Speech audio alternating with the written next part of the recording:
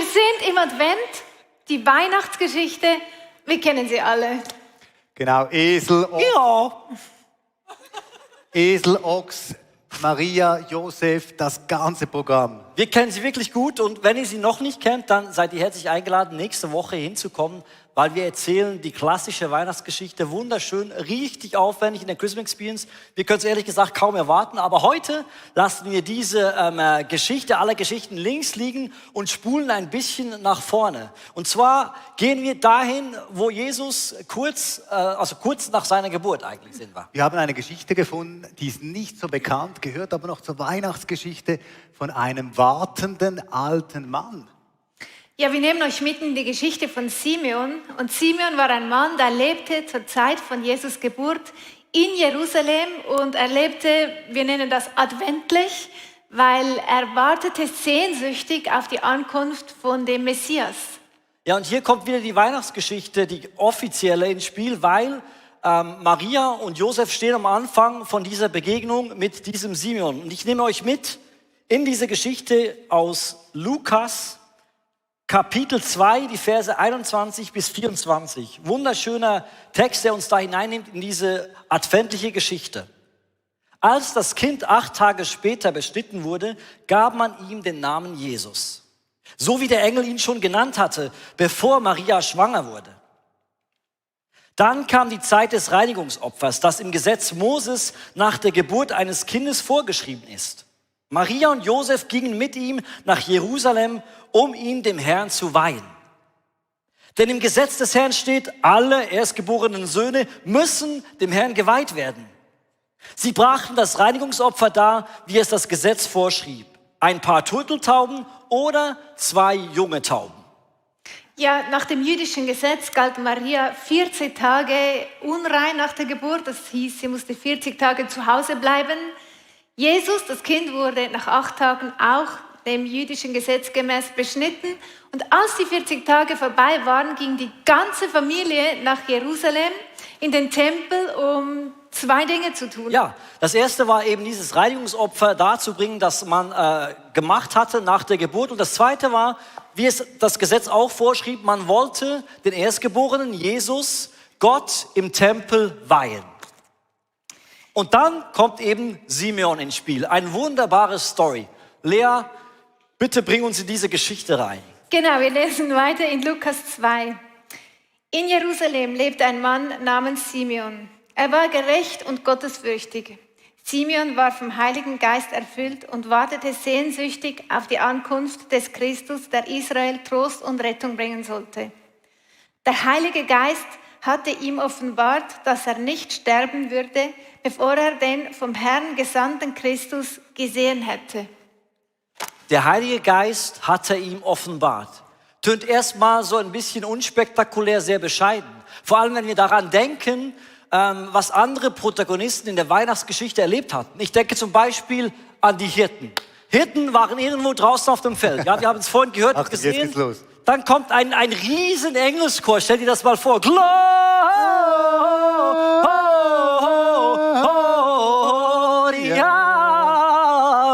Ein Riesenspektakel, oder? Man hört was. Oder die Sterndeuter. Sterndeuter, wir lesen in der Geschichte, dass plötzlich ein neuer Stern am Himmel erschienen ist. Irgendwie ein Sternbild, ein Komet, ein Schweif, ein Spektakel. Also die Sterndeuter, die Hirten, die haben eigentlich nur geglaubt und erwartet, weil sie zuvor entweder etwas Spektakuläres gehört oder etwas Spektakuläres gesehen hatten. Aber Simeon? Um den Verheißungen von Gott zu vertrauen und den seinen Versprechungen, da wünschen wir uns doch oft auch so ein Engelschor oder so ein Sternbild. Deshalb sind ja auch die Horoskope so aktuell, oder? Oder wir sagen doch, ich brauche den brennenden Busch, der zu mir spricht. Aber Simeon, dieser alte Mann vom Geist Gottes erfüllt, ihm reichte die Zusage des Herrn in seinem Herzen. Und das berührt mich. Einfach ein Wort vom Herrn in seinem Herzen. Simeon lebte adventlich. Das Wort haben wir selber kreiert, daran haben wir Freude. Was meinen wir daran? Was meinen wir damit? Advent bedeutet Ankunft. Und wegen diesem einen Wort vom Herrn in seinem Herzen hat Simeon sehnsüchtig leidenschaftlich nach Gott, auf die Ankunft vom Messias, von Jesus gewartet. Ja, Simeon, also die Person Simeon, die fordert mich schon auch persönlich heraus. Wir stehen ja jetzt auch in der Adventszeit und was mache ich mit dieser Adventszeit? Dekoriere ich einfach mein Haus schön? Oh ja, bitte. Habe ich ja. Ja, Hab ich ja. machst du gut. Habe ich ja. Genau, mache ich natürlich gerne. Backe ich Kekse, das machen bei uns die Kinder. Und freue mich einfach so auf das Weihnachtsfest, wo wir die Geburt feiern, die aber schon 2000 Jahre zurückliegt. Oder nehme ich diese Zeit und lasse diese Sehnsucht in mir hochkommen nach Jesus, nicht nach dem Baby, das vor 2000 Jahren geboren wurde, sondern nach dem Retter, der wiederkommen wird. Sehne ich mich nach diesem Gott, weil er sehnt sich nach uns. Gott freut sich, wenn wir uns nach ihm sehnen. In der Bibel steht, wenn ihr mich sucht, werdet ihr mich finden. Ja, wenn ihr mich ernsthaft von ganzem Herzen nach mir fragt, werde ich mich von euch finden lassen. Das heißt, Gott freut sich über Menschen, die sich nach ihm sehnen. Lea hat übrigens immer so schöne Bibelverse, die ich auch wirklich, die mich zutiefst berühren, aber sie machen mich auch ein bisschen nervös. Weil, was mich eben ein bisschen stresst, gerade in der Weihnachtszeit, wir springen allem nach, außer Jesus. Ich persönlich ja manchmal auch. Und ich denke manchmal, wo ist diese Sehnsucht nach diesem Retter in einer Welt, die eigentlich Rettung bräuchte? Aber wir Menschen springen allem anderen nach. Die gute Nachricht zuerst, wir haben ein bisschen uns wieder mit der Bibel beschäftigt, geforscht. In Prediger 3, Vers 11 steht, dass Gott in jedes Herz, diesen Wunsch gelegt hat, nach dem zu fragen, was ewig ist. Dieser Vers bedeutet mir auch sehr viel, weil er sagt, dass kein Herz auf dieser Erde schlägt, in dem nicht diese Sehnsucht nach dem Ewigen, nach Gott gepflanzt ist. Eine starke Aussage, starke Tubak, musst du erst mal schlucken, aber schon noch krass. Es ist eigentlich kein einziges Herz, das auf diese Welt kommt, das erschaffen wurde vom Schöpfer, das nicht diese Sehnsucht in sich trägt, nach Gott, ihn zu suchen. Mega krass. Und ich frage mich dann, wo sind diese suchenden Herzen? Und gleichzeitig finde ich schon mal schön als Grundaussage. Also eigentlich jeder Mensch sehnt sich in seinem Herzen tief ganz drin, wenn er gut hören würde nach Gott. Augustinus, der Kirchenvater aus dem 2. Jahrhundert, sieht das ziemlich ähnlich, was hier der Prediger Salomo aufgeschrieben hat. Er sagt in einem Zitat, wir sind von Gott und für Gott geschaffen. Also nicht nur wurden wir vom Schöpfer erdacht, sondern wir sind auch für ihn eigentlich gemacht. Also mit einem Leben für ihn, zu ihm hin. Unruhig ist unser Herz dann, bis es Ruhe findet in dir, oh Gott. Wow. Das ist ein krasser Satz. Das Problem ist, dass wir unsere tiefsten Sehnsüchte, oft haben wir die Gefahr, dass wir unsere tiefsten Sehnsüchte mit Ersatzhandlungen stillen wollen, zu stillen versuchen. Und da kannst du jetzt die ganze Liste, können wir zusammentragen, das ganze Verhalten vom Konsum, Ablenkung und so weiter. Aber es ist doch so, dass nichts in dieser Welt kann die tiefe Sehnsucht in uns stillen. Keine Erfolgskarriere, kein Geld der Welt. Das sehen wir ja in den vielen Geschichten von den Superreichen, die nicht glücklich sind. Nicht mal ein Ehepartner. Man meint es, bevor man heiratet. Du, dann werde ich glücklich. Und dann heiratest du. Und dann merkst du, es ist nicht so. Es hilft natürlich, wenn du es gut hast, aber es fühlt nicht die tiefe Sehnsucht. Nichts auf dieser Welt kann unsere Sehnsucht stillen. Und diese Tatsache, dass eben nichts auf dieser Welt unsere Sehnsucht stillen kann, ist ein starker Hinweis auf Gott. Einer der intelligentesten Männer meiner Meinung nach, die jemals auf dieser Erde waren, jetzt mal abgesehen von vielen biblischen Figuren, in der letzten Zeit war C.S. Lewis.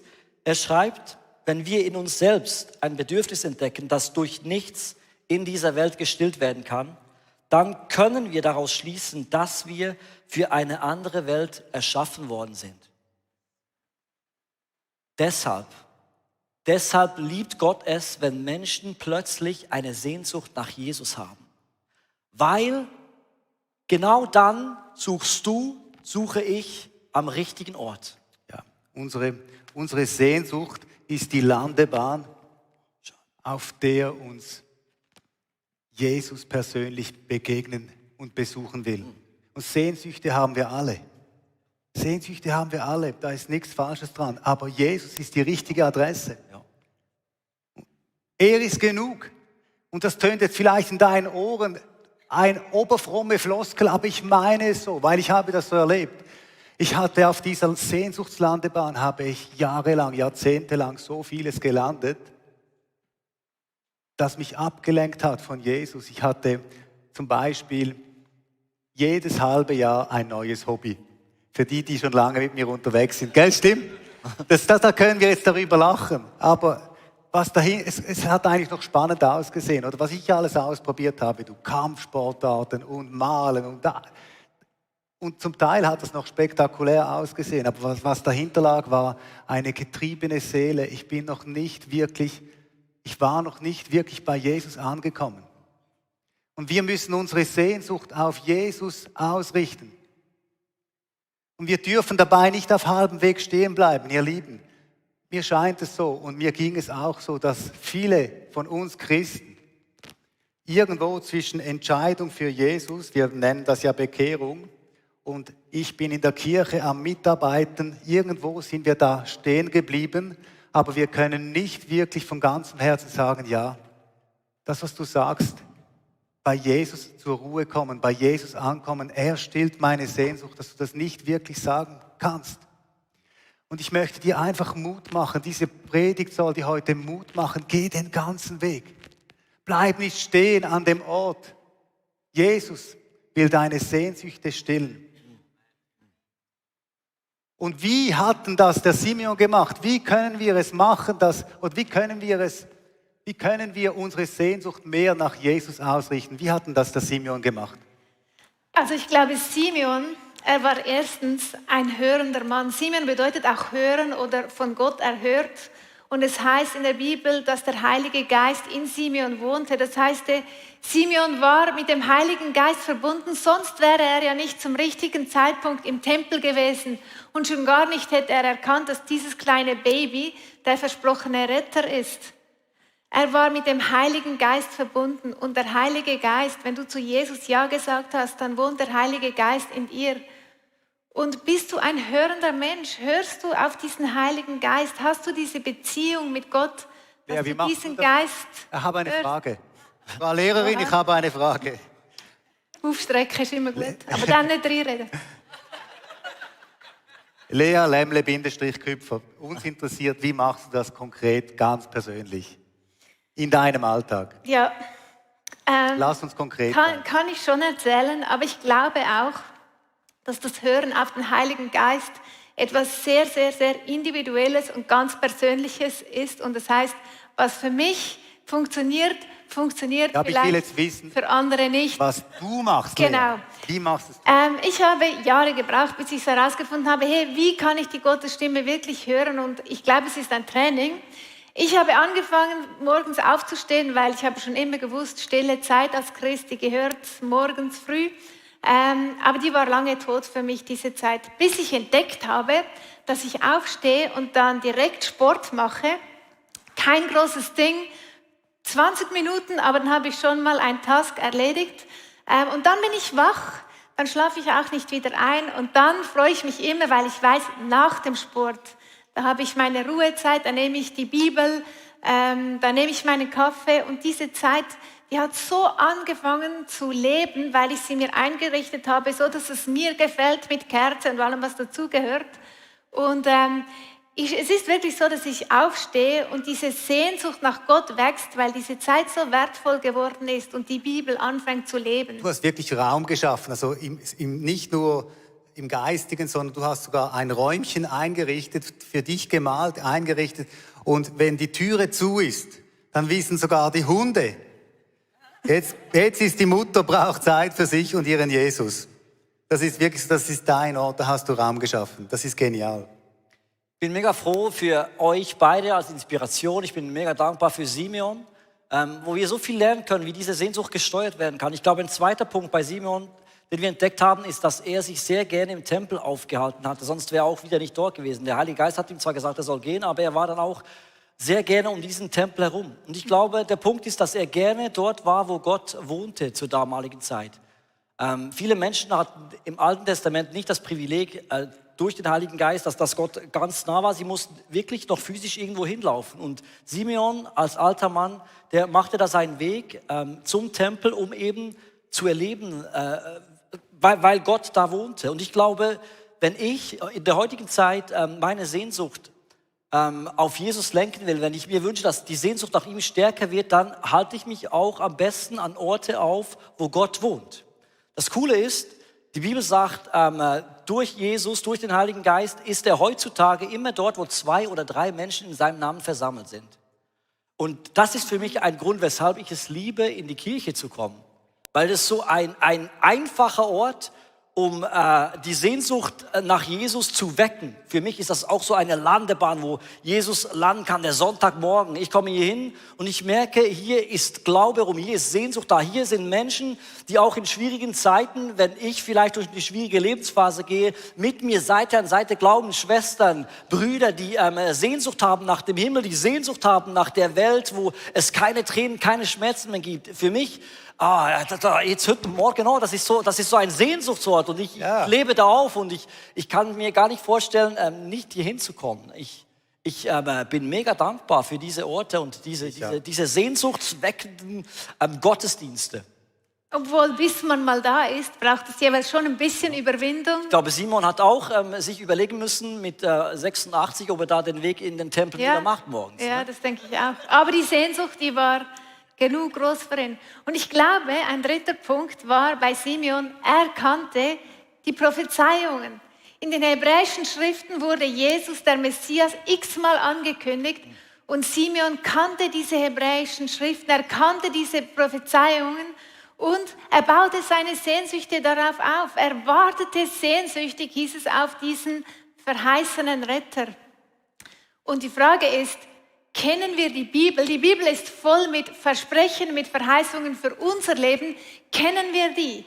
Dass Gott dir ein Leben in Fülle schenken möchte, dass Jesus dein Friede sein möchte, dass er dein Zufluchtsort sein möchte. Diese Bibelverse, die trage ich in meinem Herzen wie so Waffen. Und wenn etwas kommt, dann kann ich die zücken. Wenn Jesus für mich ist, wer kann gegen mich sein? Zeigt, da habe ich es wieder. Ja. Früher waren es ja die hebräischen Schriften, heute ist es die Bibel. Ja. Und ich möchte da einfach einhaken. Die Bibel zu essen als Nahrung für dich täglich, das ist so wichtig. Das ist so wichtig. Es ist auch gut, wenn du am Sonntag in die Kirche kommst und hörst eine Predigt. Aber das ist nicht genug. Es ist auch nicht die Aufgabe der Kirche, dich geistig zu füttern. Es ist vielmehr die Aufgabe der Kirche, dass wir zusammen unterwegs sind. Wie der Nico gesagt hat, dass wir einander helfen, uns durchtragen, füreinander da sind, Freundschaften bauen. Aber dass du dich fütterst mit dem Wort Gottes, das ist in deiner Verantwortung. Das kannst du nicht delegieren. Keinem Pastor, da mag er noch so theologisch super sein. Keiner Small Group, niemandem. Wenn du mal im Himmel bist, kannst du nicht sagen, du, in der Kirche haben sie mir das nicht gelehrt. Ich habe das noch nie gehört, was hier abgeht. Da fragen sie sich, ja, kannst du lesen? Kannst du lesen? Wenn du lesen kannst, lies das Wort Gottes, ich bitte dich. Das Wort Gottes ist ein Reinigungsmittel. Es reinigt dich und es heiligt dich. Es steht im Johannes 17 steht, da sagt Jesus zum Vater, sagt, reinige sie, heilige sie, indem du ihnen das Wort der Wahrheit lehrst.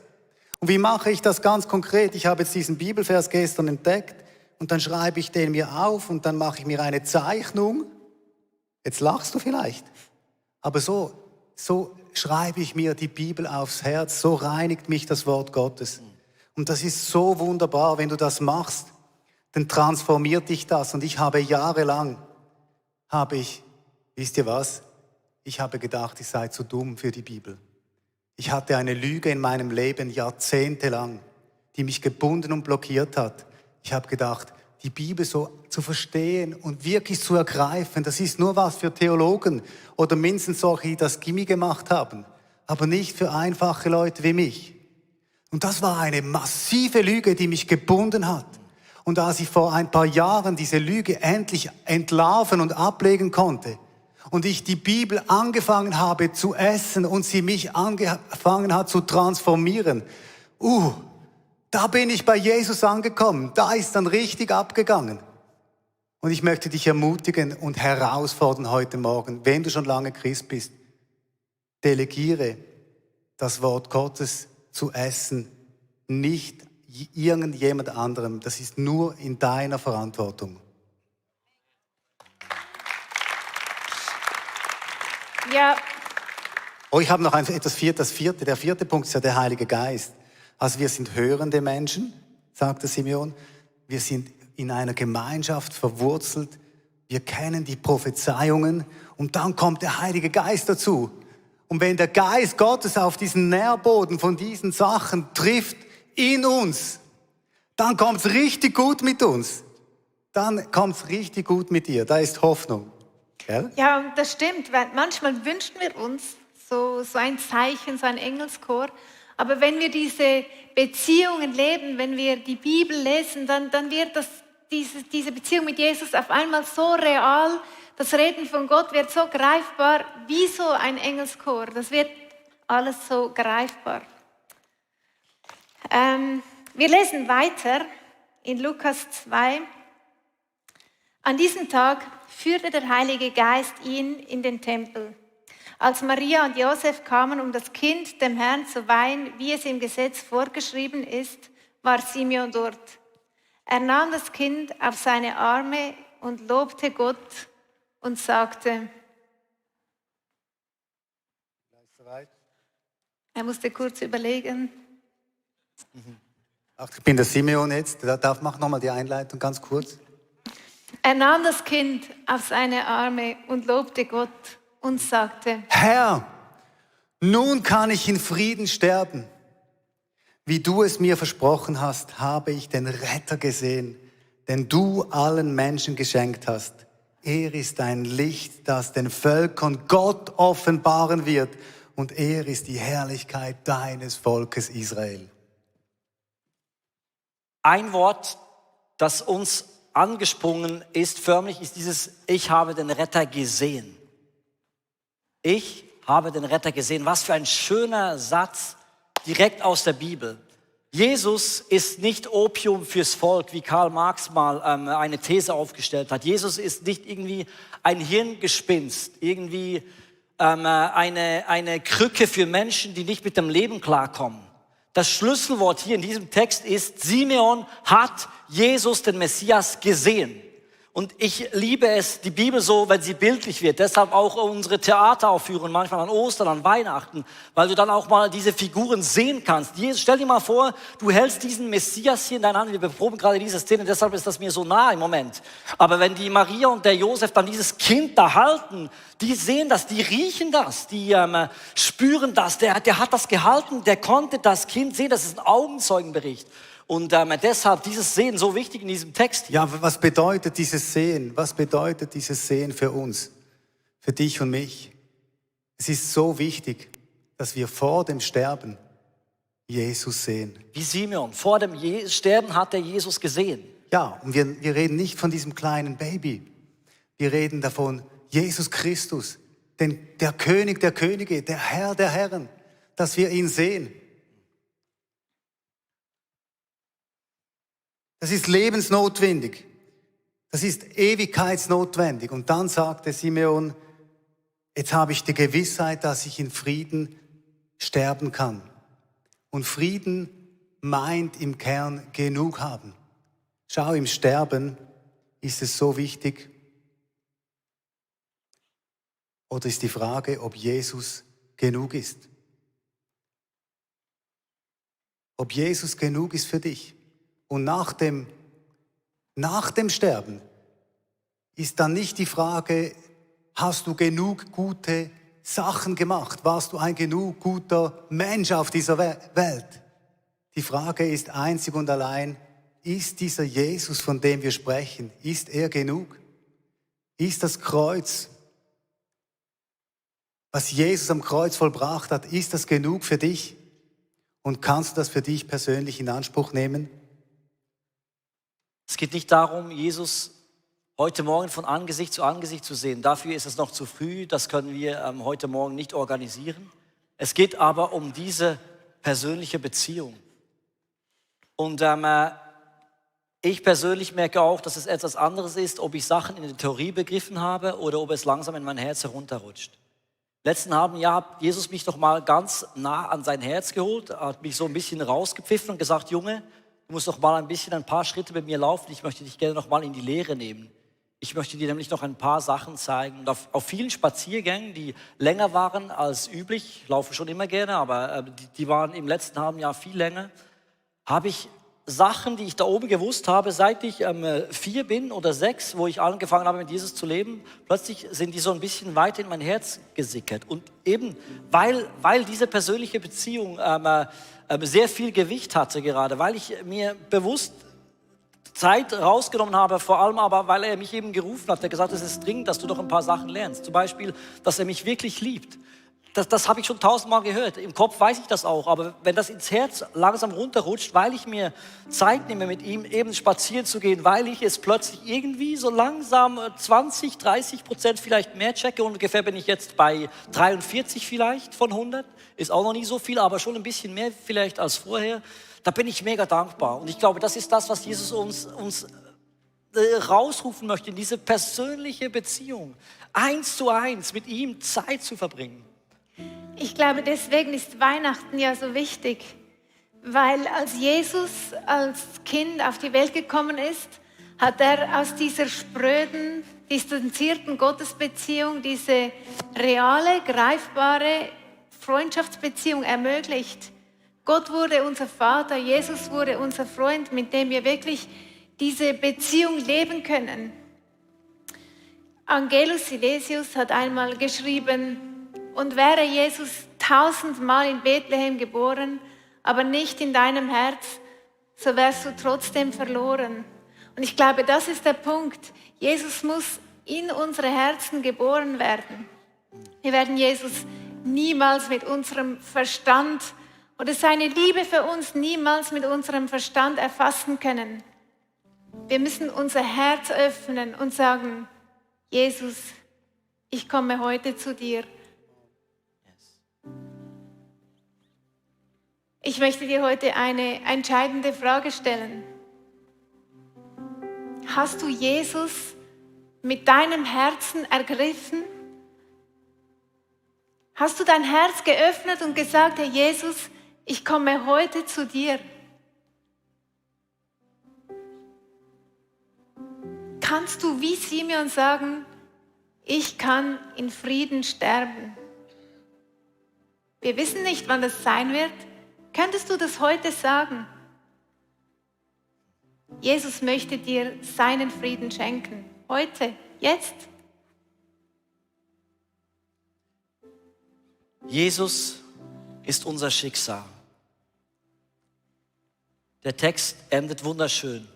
Simeon aber segnete sie und sagte zu Maria, dieses Kind wird von vielen in Israel zwar abgelehnt werden und das wird ihren Untergang bedeuten. Jetzt kommt das große Aber. Für viele andere Menschen aber wird er, dieser Jesus, die allerhöchste Freude sein. Ja, so ist es. Mit Jesus leben bedeutet nicht nur in Frieden sterben, sondern es bedeutet auch in allergrößter Freude leben. Yes. Und das ist die Verheißung, das ist die Hoffnung, die wir haben, dass uns die Freude von Gott erfüllt. Und das ist für uns alle. Für dich zu Hause, wenn du das irgendwann schaust und du hörst das, auch für dich ist es zugänglich. Die Freude in diesem Jesus. Wie funktioniert denn das? Es funktioniert so, dass wenn wir in dieser Liebe von diesem Jesus bleiben, fällt es uns einfach, ihm auch gehorsam zu sein. Dann ist es keine Religion, dann ist es kein Murks, das ist es kein Krampf. Und dann, in dieser Liebe, in diesem Gehorsam, denen hat Jesus versprochen, da kommt die Freude. Ja, eure Freude wird vollkommen sein, sagt er. Und das ist gewaltig. Und wir wollen dich einladen heute Morgen. Vielleicht bist du schon lange mit Gott unterwegs. Du bist auch fix hier in der Kirche verankert. Das ist mega gut. Du bist gut unterwegs.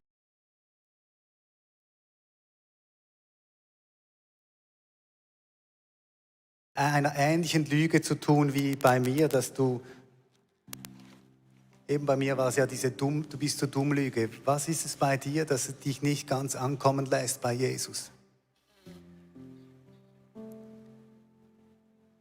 Du bist auf einem guten Weg, aber geh den ganzen Weg.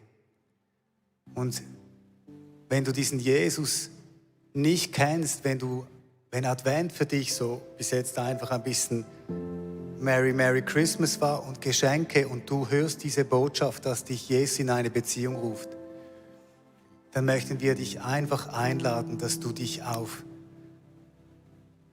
Jesus einlässt und dass Jesus dein Schicksal wird. Es ist nicht so, dass wir einfach irgendwo geboren sind. Die einen haben es besser getroffen, die anderen haben es schlecht getroffen. Das ist ein Schicksal. Für jeden Menschen auf der Welt wäre das gleiche Schicksal zu ergreifen, nämlich Jesus Christus. Und ich möchte dich einladen, dass du Jesus Christus als dein Schicksal ergreifst. Ergreif es. Wir wollen beten zusammen. Jesus, ich danke dir, dass du nicht mehr ein ferner Gott bist, sondern dass du Mensch wurdest an Weihnachten und dass die Einladung steht, dass wir eine Beziehung mit dir eingehen können, dass wir bei dir ankommen können, dass wir bei dir zur Ruhe kommen können, dass wir dich als unser Schicksal ergreifen können. Jesus Christus, mein Schicksal. Meine Rettung, meine Burg, mein Friede, meine Liebe, meine erste Liebe. Und ich möchte das ergreifen. Ich möchte nicht auf halbem Weg stehen bleiben. Du kannst vielleicht das in deinem Herzen mitbeten. Ich möchte nicht auf halbem Weg stehen bleiben und ein bisschen Christsein spielen, ein bisschen dabei sein. Das ist nicht genug. Du allein bist genug. Jesus Christus, du bist genug. Und ich möchte diese Frage beantworten können, wenn ich vor dir stehe, dass ich sagen kann, ja Jesus, du warst genug, auch schon in diesem Leben und deine Freude hat mich erfüllt. Es war ein gutes Leben mit dir. Nicht immer easy, gar nicht. Es geht nicht darum, sondern es war genug. Die Freude war da, weil ich wusste, ich bin auf der Linie mit dir, ich bin verbunden mit dir, du bist mein Versorger, du bist mein Schöpfer und du schaust für mich. Und ich danke dir, dass dies das Advent werden kann in vielen Herzen heute. Ich danke dir dafür, weil du so gut mit uns meinst, weil du Geduld hast, weil du jeden von uns kennst und siehst. Amen. Amen. Amen.